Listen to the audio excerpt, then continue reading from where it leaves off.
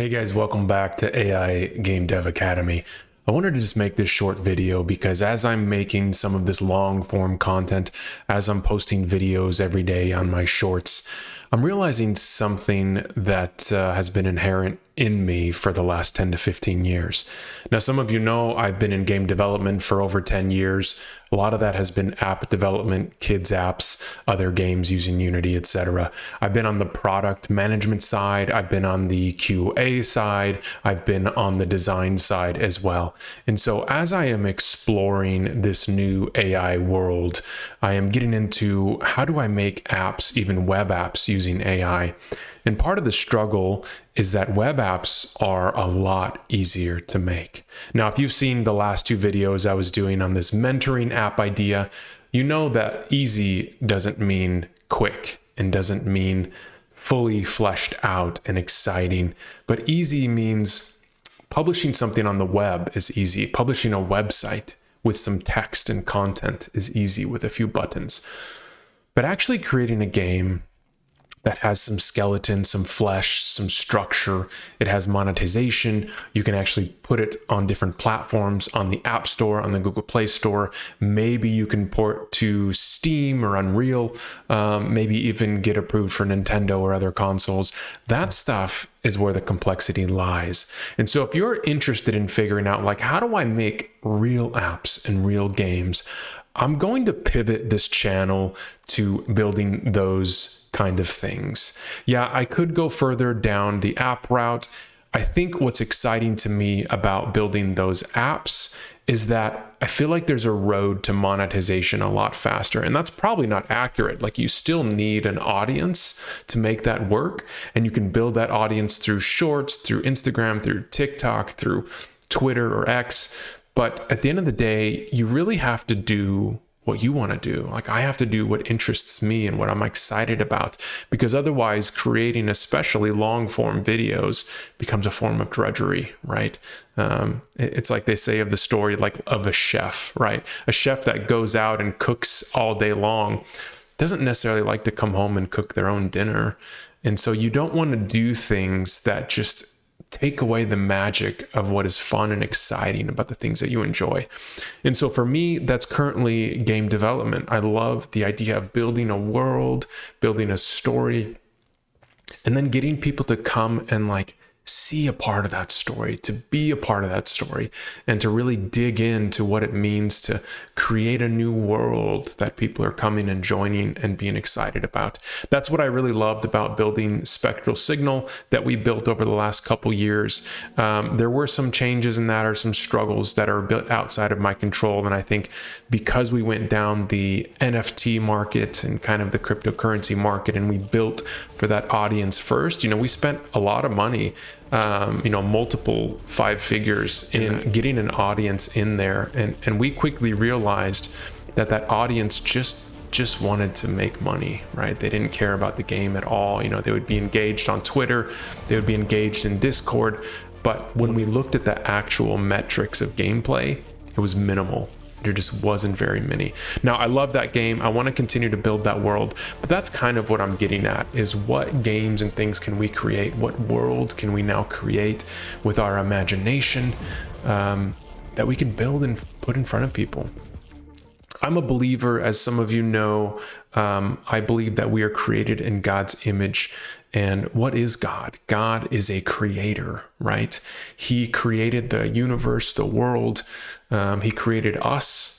And so if it means that we're made in his image, I believe that we are made to be creators. And so I want to encourage you to join me on this journey. If you're interested in building games, maybe right now all you do is play games. Maybe you love to dig in and play games. Maybe it kind of feeds that dopamine that you need. Same with social media, right? It feeds your dopamine kick. But if you dig in and you build something, you're going to feel it. You're going to love the feeling of building and getting it in front of people and having them give you feedback. It always reminds me of the Dirty Jobs. I forgot the guy's name that makes all those Dirty Job videos, but he says, nobody wants to clean up bird poop or pigeon poop, right?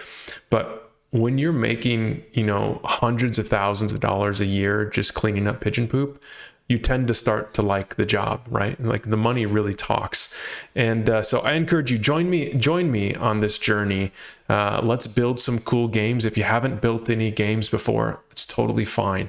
Let's figure out how we can make games together. Let's add to them. Let's add more flesh to those bones, to the structure. Let's monetize them. Let's get them in front of people and see how we can build an audience, how we can continue to dive deeper in what is that storyline, what is the engaging metrics that you can adjust and tweak to build more people into your audience. And I want to really do that together. There's a really cool article that I read, it's about a year ago now, maybe a couple years, from this product management firm that shared it. And the article was talking about this company that created this railroad game. And they were looking for a game to create. They were trying to find a niche market. They knew that you really can't compete with Fortnite. You can't compete with Minecraft. So like creating a game of that scale, you're just kind of out of your mind to try to compete with Microsoft, right? So they said, where can we find that niche market? Like, is there a game or a community that is underserved? And they dug into this railroad game and they figured out there's a community that loves trains. My kids love trains, right? If you had a 4 or 5 year old, you know that they'll sit down and play trains all day and invite you over, and it's really exciting for them. But there's a market out there that loves the historicity of trains. They love where trains were built back in the day, and they love the depots, and they love the different engines and the different carts, and so they found that niche market, and they ended up making millions of dollars building this train game. You know, it was a beautiful 3D world, very iconic imagery, but it was as close to history as possible. And so those are the things that I would love to dive into, is like, where can you add nuance to a current market that already exists? Where can you jump in on a niche market of something that people like and add a ton of value to that community? Because I tell you, those communities are out there and they're looking for those kind of games. The Steam games that really just skyrocket organically, those are those niche games that people love, right? And there's so many to think about. You know, obviously there's kind of like the goat simulator or the truck driver simulator, right? Or there's Papers, Please, where you're checking papers of people coming in, from other countries, and they're just interesting niche games. And so I want to find those, I want to build them. And I think as AI gets better and better, as we're exploring what AI can build, what we can do together with AI, I think we're going to fall into a lot more of these niche-based games, niche entertainment. Yes, of course, the big companies, the Apples and the Googles and the Microsofts, they're going to be inundating us with these things.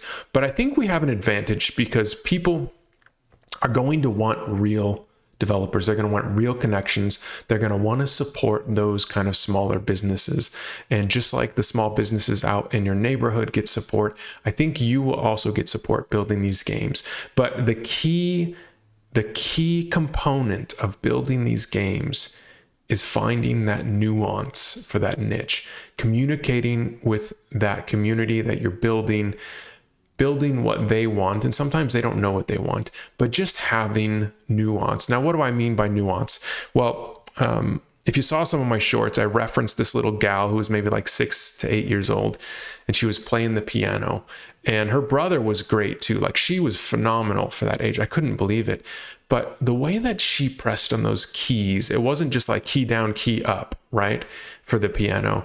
It was like, you could just tell she had this magic about her fingers and the way that she played along that keyboard, or that grand piano rather. It had nuance. It made you want to listen. You had to say, whoa, like there's silence in between those keys. There's the way that key rings out is different than just pressing it down. And so I love that nuance. I want to find that in all the games that we create. I want to dive into each game that we're working on, and we can work on multiple games at a time, but I want to find a genre. I want to build out some of the story, some of the art. I want to show you how I do that, how I think of the entire vision of that project, and how I bring it together to make something that's cohesive. A lot of this is going to be, down and dirty. It's going to be a developer log, right? How do we develop this together? How do we go through the nitty-gritty together? But I want you to join me on that journey. If you will, subscribe, like this video. If this is the content you want, maybe throw in the comments below. Go do it right now, not maybe. Throw in the comments like, this is the genre, this is the niche I love, like trains, right? Or one game we're exploring right now with a friend of mine is this idea of this space ocean vibe, right? We kind of did the vaporwave with spectral signal and this retro sound, and now we're exploring that a little further. Like, what does it mean to kind of have this ocean and planetary vibe that's like fantasy, sci-fi? Like, what is your niche? What is something that you're like, man, if they made a game like this that had these things, I would be so attached to it. I want to know that. Put it in the comments, like, subscribe, follow this channel so that we can get that great content for you. And most of all, come and build with me. I want to see you in every video. So that's it for today. Look forward to the new videos on that same line, on that same genre. We're going to start building some cool things together. Thanks for watching. See ya.